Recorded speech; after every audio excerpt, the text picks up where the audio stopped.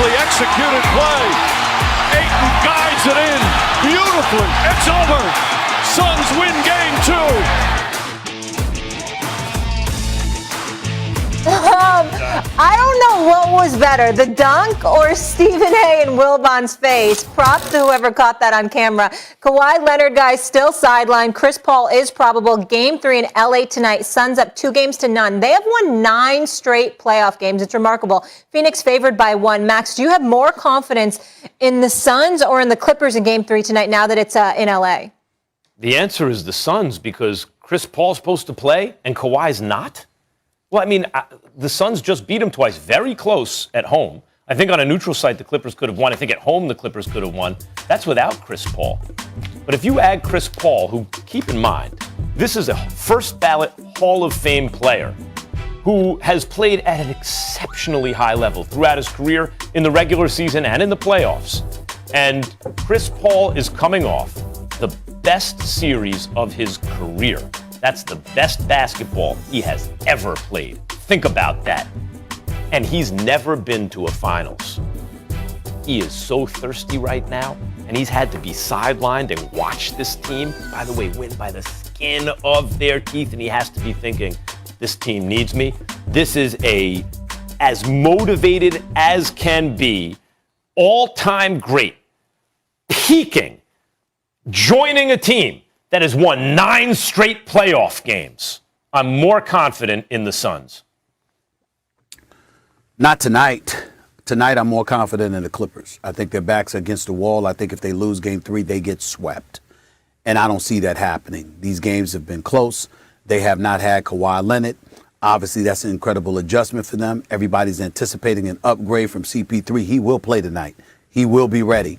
But I think that when you look at the Los Angeles Clippers, listen, Paul George missed those 2 free throws with 8.2 seconds left. No doubt about it. But he was balling up until that point. I mean, he went on his own personal 8-2 run. He ended up with 26 for the game. The previous 4 games, he scored over 30, and he's been playing lights out. Reggie Jackson, I can't say enough about him. He only had 19 the other day on 7 of 15 shooting. He's going to be the difference because I think he needs to shoot more. Reggie Jackson needs to shoot more and get aggressive. With Kawhi Leonard being out, he needs to shoot more. Terrence Mann, that kid, the second-year player out of Florida State that dropped 39 in Game 6 to close out Utah. I think that that's a guy that needs more playing time in this series. I think Ty Lue recognizes that, and I think you'll see more Terrence Mann tonight, and I think that you'll see the Clippers feeding off of this crowd. Max, last week, I've never seen the crowd at a Clippers game like that in my life. I've never seen it, ever. Okay? And so it's a different ball game right now. They recognize what's at stake. And to me, to say that the Clippers are going to lose tonight and that's more confident in the Suns is basically saying that the Clippers are going to get swept. It's possible. I'm not dismissing your point because it's a very good one because CP3 is going to be ready. Make no mistake. And the Suns have been balling. We understand that. And I don't think Devin Booker is going to have a game like he had in Game 2. It's going to be closer to Game 1.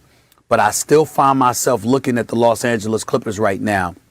They're not the Utah Jazz. They don't just have one player that can create his own shot and everybody else dependent on him to create something for them. They got multitude of dudes who can create their own shot. And Reggie Jackson is the first name that comes to my mind outside of Paul George. And I think that, along with, with Terrence Mann being out there a lot, I think that the Clippers survive. And they push it to Game 4, threatening to even up this series. Because if they lose tonight, they're getting swept. Well, look, Mike Conley wasn't available. The reason they only had one dude is injury has basically decided these entire playoffs. Yeah. And if Kawhi was playing, I would not say this is it for the Clippers. But I do think it's it for the Clippers. I think this is it for the Clippers. Now, can they win this game? Stephen A., it's possible that the Clippers can steal a game here, even without Kawhi. They are at home. It was close before. And Chris Paul is coming back. But then that affects the rotation and all those things. Maybe they could get a game. And if they got a game and Kawhi came back for a Game 4, I'm not saying the series is even over, right? But I'm not hearing great things about Kawhi's knee. Are you? No one's telling me, everyone's optimistic. Kawhi's coming back. Can you stop right there? Can you stop right there? Yeah. Max, as an aside, based on the point you just made, does it not bother you? Because it bothers me that we're not hearing more about Kawhi Leonard. It's like game to game. I mean, listen, did he tear his ACL? What's the status? It Is sounds he out? like something. The fact that it's allowed to go game to game. I mean, Kawhi Leonard might not be back until next season. Right. I think That's what everybody has a right to know doesn't that. it? I think everybody has a right to know that. And this game to game stuff where, all right, he's listed as this. It's almost like they're trying to hide it for the Suns so you can compromise their preparation. It does have that feeling. Because you never know. I don't like that. I don't like that. By the way, it does have that feeling, but Stephen A., that's demoralizing for the Clippers more than anything. If they had Kawhi, they'd still have a chance. They have Ty Lue.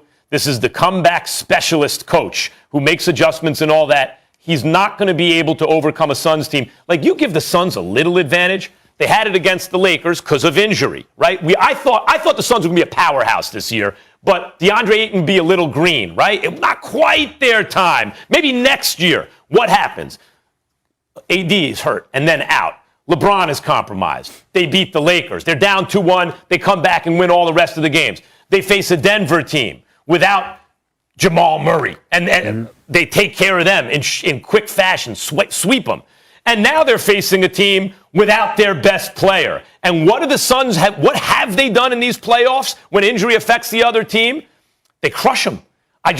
When you say if they win Game 3, they sweep, I think there's a very good chance the Suns sweep this series. Well, both games have been very, very tight. And I'm here to tell you something right now.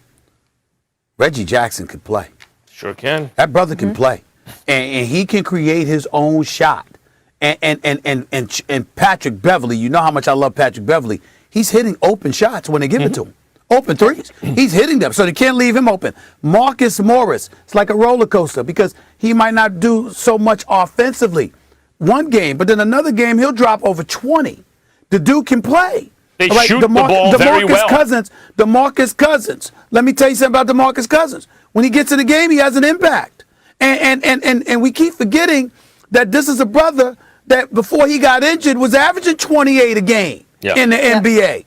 I mean, listen, to tell me they can't win a game at home. And I know you're not saying that. I know you're not saying that. I know you're not saying that. I'm not saying it either. To me, the bigger question is, can we imagine them getting swept? Yep. Yeah. I don't see the Clippers getting swept. Chris Paul and that's is so where I'm at thirsty with right now. That's where I'm at with Game 3 is pivotal for that factor. So Stephen A. thinks the Clippers get it done. He'll be in the building for that. And Max saying injuries deciding everything, and Chris Paul will be back. No Kawhi, so that tips the scales. When we come back, guys, why were the Bucks even a minute late? Look out! Here comes Trey. He shoots the three. Bang! They left him wide open. I will never. The clock is ticking. My ambitions will outlast the pressure. The floater to Giannis. Slammed it. Rebound line. Clint Capella up and in. These Atlanta Hawks folks, never ever count them out. It's been fun playing with this group. We just keep fighting to the end, no matter what.